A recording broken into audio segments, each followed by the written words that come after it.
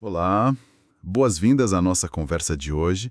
Vamos explorar o universo de uma artista bem interessante, a Prilo Russo. Temos aqui um material bem completo, um perfil chamado Prilo Russo, Arte, Fé e Inspiração. Uhum. E a ideia é a gente entender melhor como que a arte, a fé, o processo criativo todo, como isso se mistura, sabe? No trabalho e na visão dela. Ela é bem multifacetada, né? Artista plástica, claro, mas também palestrante, professora, produtora cultural. E olha só, tem mestrado em Estética e História da Arte pela USP. Usa o nome Prilo Russo. É um currículo e tanto. Mostra uma dedicação bem ampla, né? Totalmente. E logo de cara, uma coisa que chama a atenção. A arte entrou na vida dela muito, muito cedo. Veio pela mãe, que era professora de artes. E não só isso, a mãe colocava ela para fazer coisa manual, sabe? Pintura, artesanato. Parece que foi um caminho bem natural mesmo. Quase um chamado. Certo, vamos mergulhar um pouco mais nisso. Essa base familiar, então, foi decisiva? Ah, sem dúvida. Esse tipo de imersão precoce, ainda mais com apoio familiar, muitas vezes solidifica uma inclinação, né? Não é só o talento surgindo do nada, mas todo um ambiente que nutre aquilo. A gente vê muito isso, a importância desse começo. E as primeiras inspirações dela, interessante, iam além do óbvio do artístico puro, né? O perfil fala de literatura, uma busca espiritual mais ampla e até um interesse, olha que curioso, por Jung, pelo inconsciente, o que ela chama de coisas mais profundas. Na faculdade ela até fazia instalações com ninhos, tipo uma forma de explorar o próprio eu, assim, através da arte. Sim, essa busca inicial já indicava um caminho, né? Uma trajetória que não era só estética pela estética. Era sobre significado, introspecção. A arte ali já parecia como uma ferramenta para se entender melhor. Esses ninhos que você mencionou, nossa, é uma metáfora visual muito forte para isso, né? Para essa coisa do refúgio interior, da construção de si. Mas aí, o ponto que parece definir mais o trabalho dela hoje, segundo o material, é a Bíblia. Ela fala da Bíblia como guia, como tesouro pessoal mesmo. E a inspiração para muitos trabalhos vem, assim, diretamente de momentos de devocional diário. E, de uma forma bem marcante, por sonhos e visões ligados à fé. O perfil até conta casos dela sonhar com uma imagem, sabe? E daí ela vai trabalhar para materializar aquilo numa pintura, numa escultura. Isso é fascinante, essa centralidade da fé como o motor criativo direto. Não é só o tema, entende? É a fonte de onde a inspiração parece brotar. E de forma muito imagética, a ideia de transformar um sonho, uma visão, que tem essa natureza espiritual explícita, em arte concreta, é um processo muito particular. A inspiração não é só conceitual. Ela chega como imagem pronta, como cena. Parece que vinda essa conexão espiritual mesmo. É diferente de usar a religião só como tema, né? Totalmente. E isso se reflete na rotina dela, né? O dia começa com essa parte espiritual, meditação, leitura da palavra, mas o processo criativo em si não é rígido, pelo contrário, ela valoriza muito a experimentação. Diz que às vezes o próprio material, sabe, indica o caminho, pede alguma coisa, e ela transita bem entre linguagens diferentes, pintura, escultura, objeto, instalação. O foco agora, diz o perfil, está mais em pintura grande, mas ela já pensa em diálogos com cerâmica, tem essa ideia de que as linguagens meio que se chamam. Essa combinação é muito rica, né? Uma estrutura espiritual no começo do dia, mas depois uma liberdade, uma flexibilidade grande no fazer artístico. Isso mostra uma abertura para a descoberta que acontece no meio do processo. A intenção que vem da leitura, da oração, não é um projeto fechado, sabe? É um ponto de partida que vai conversar com o material, com a técnica, até com os acasos ali do caminho. E essa ideia das linguagens conversando ou se chamando aponta para uma visão bem orgânica da criação, né? Onde os meios se complementam. E ela tem uma convicção forte sobre como a comunicação rola nesse processo. Acredita que o Espírito Santo se comunica por imagens nesse diálogo criativo. Agora, e quando não flui? Quando dá aquele bloqueio? A estratégia dela é buscar fora. Parar o trabalho ali no ateliê E ver exposição, pesquisar outros artistas, ler. Ela até compara com o escritor, né? Que precisa ler para poder continuar escrevendo. Nossa, essa abordagem de pausar para reabastecer é fundamental e mostra uma maturidade no processo criativo, né? Reconhecer que a inspiração não é tipo uma torneira que a gente abre e fecha quando quer, que precisa buscar estímulo fora, na arte dos outros, na leitura, na natureza. É essencial para sair da estagnação. Mostra que criar não é só um ato isolado de genialidade, mas depende de estar conectado, de se nutrir culturalmente. A analogia com o escritor é perfeita. Precisa de input para gerar output, né? E a tecnologia? Onde entra nisso tudo? Ela vê os materiais e as tecnologias como coisas que influenciam o trabalho. E sobre inteligência artificial, a IA, que está super em alta, a postura dela é bem clara. Usar como recurso, como apoio, mas sem colocar a IA no centro. O perfil dá até um exemplo prático. Ela usou IA para ajudar a visualizar uma imagem de Isabel, a mãe de João Batista, para uma série chamada Milagres. A inspiração veio de uma cena da série The Chosen, sabe? E a IA serviu como um esboço visual inicial, um ponto de partida para a pintura que ela fez depois. Ou seja, a IA como assistente, né? Não como autora ou fonte principal, que para ela continua sendo a fé. Essa perspectiva sobre IA é muito, muito relevante hoje. A forma como ela integra é pragmática e mantém a hierarquia clara, né? A visão, a intenção vem dela, da artista, alimentada pela fé, e a tecnologia serve como um meio para explorar formas, refinar algo, talvez acelerar uma etapa visual. Isso a coloca num lugar interessante nessa discussão toda sobre autoria, originalidade na era da IA. Ela não rejeita a ferramenta, mas subordina a própria criação e inspiração dela. É um equilíbrio que muito artista está buscando hoje em dia, né? Então, o começo de uma obra pode vir de vários lugares. Um sonho, uma visão, a leitura da Bíblia, até uma cena de filme que tocou ela. Aí a execução tem pesquisa, tem rascunho, mas sempre com essa abertura pro fazer, pro que o processo revela. E o ponto final.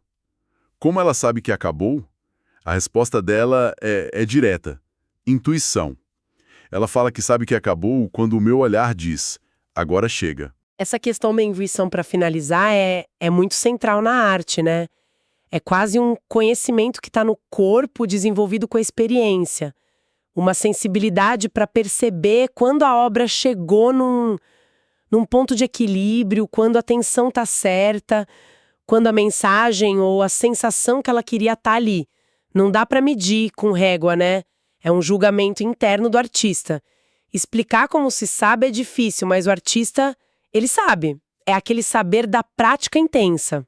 E ela também fala da importância de colaborar às vezes. Na cerâmica, por exemplo, que tem os desafios técnicos mais específicos, ela menciona que recebe ajuda técnica, cita uma professora da Unesp, a Vera. Isso mostra também um reconhecimento, né, das próprias limitações e a disposição para aprender junto. Sim, é importante isso. Ninguém domina tudo, né? Exato. Aí a obra fica pronta e vem a hora de mostrar, de expor. E essa parte ela descreve como muito gratificante. Se criar é mais solitário, a exposição é um momento que a obra pode cumprir o propósito dela, que ela vê como tocar alguém. E ela pensa nisso, no espaço, no público, usa recursos como o QR Code para textos, organiza visita guiada, roda de conversa. Para ela, a arte é, no fundo, diálogo. E o objetivo final é bem claro, que quem veja a obra saia tocado, edificado na fé. Essa ênfase tão forte no diálogo e nesse impacto transformador no espectador, especialmente no campo da fé, é um diferencial bem marcante, sim. A exposição, para ela, não é só mostrar os objetos. É pensada como uma experiência, sabe? Um encontro ali meio orquestrado para gerar conexão, reflexão e, no caso dela especificamente, esse fortalecimento espiritual. As ferramentas que ela usa, tipo QR Code, conversas, são extensões dessa vontade de engajar de forma mais profunda. E parece que tem uma pergunta fundamental guiando tudo isso, né? A crença de que algo que ainda não existe pode. pode vir a existir e que a imagem tem um papel ativo nisso. Ela articula essa ideia de que, quando você materializa um sonho, uma visão, uma crença, numa imagem, isso meio que ativa o cérebro a nosso favor, ajuda a concretizar aquilo que se busca. Uhum. E conectando isso com a visão geral do trabalho dela, a arte aqui ganha uma função quase performativa, né? Não só representa uma ideia ou crença, mas participa ativamente na tentativa de manifestar aquilo, de tornar mais real, mais potente. A imagem vira um catalisador, um ponto focal para a fé, para a intenção, alinhando mente e espírito com o objetivo. É uma visão que dá um poder de agência para a arte muito grande. Quase um ato de fé visualizado. E olhando para frente, os planos. O perfil fala de ambições de levar o trabalho para espaços maiores, tipo bienais, pinacotecas, e de criar exposições mais imersivas que envolvam outros sentidos. Mas o legado que ela quer deixar é bem específico mesmo. Resgatar as artes plásticas para o reino de Deus. Ela menciona essa percepção de uma marginalização histórica das artes visuais em certos meios cristãos, principalmente depois da Reforma Protestante. E ela se coloca nessa missão de reestabelecer essa conexão. Vê a arte como ferramenta poderosa para edificar, para mexer com as emoções, fortalecer a fé. Nossa, essa missão de resgate, como ela chama, coloca o trabalho dela num diálogo histórico e cultural bem particular, né? É uma tentativa clara de revalorizar as artes visuais dentro da fé cristã hoje, buscando superar um legado de iconoclastia ou pelo menos uma certa desconfiança com o poder das imagens em alguns segmentos. É uma proposta de reconciliação, de reafirmar o potencial espiritual da arte visual hoje. Bem interessante. Para a gente fechar, 2 definições que ela dá e que ajudam a entender a filosofia dela. Primeiro, o que é beleza? Para Priloroso, beleza acontece quando a obra consegue tocar a pessoa fundo, no coração, na alma, no espírito. É essa conexão que a move. Bonito isso, uma definição bem transcendental, né? Sim. E o erro no processo criativo? Ela tem uma visão que ressignifica isso. Muitas vezes, o que parece erro é, na verdade, uma mudança de rota. Uma frustração inicial pode acabar abrindo um caminho novo, às vezes até mais interessante. Ela diz que aprendeu a respeitar o erro como parte do processo. Parte natural e, às vezes, produtiva. Essa forma de encarar o erro é muito potente. Não só na arte, né? Em qualquer área de criação ou aprendizado. Ver o erro não como falha a ser evitada a todo custo, mas como um desvio que pode informar, um convite para explorar outras direções, é o que permite inovar, desenvolver resiliência. Ao respeitar o erro, como ela diz, você abre espaço para experimentar de verdade, para achar soluções que não surgiriam num caminho rígido, com medo de errar, paralisando tudo. É uma lição valiosa. Então, resumindo o que a gente viu aqui. O perfil de uma artista, a Priloroso, que constrói a obra dela numa encruzilhada muito particular, entre fé intensa, intuição forte e um domínio técnico que vai de materiais diversos até tecnologia atual. A arte dela busca ser mais que expressão pessoal, né? Quer ser diálogo, um espaço para encontro, para reflexão, para edificação espiritual, e tudo isso com uma missão bem clara de reconectar a arte visual de hoje com a espiritualidade cristã. Exatamente. O caso dela ilustra muito bem como convicções pessoais profundas podem virar uma prática artística consistente, multifacetada. Ela usa muitos recursos da oração, interpretação de sonho, até colaboração técnica e o uso ali da IA, mas tudo parece convergir para essa visão onde arte e fé se alimentam. E o foco final não é só na obra em si, mas no potencial dela de impactar quem vê em níveis que vão além do estético, tocando o emocional e o espiritual. E fica aqui uma provocação final, inspirada nessa ideia da Priloroso de usar a imagem para materializar o invisível.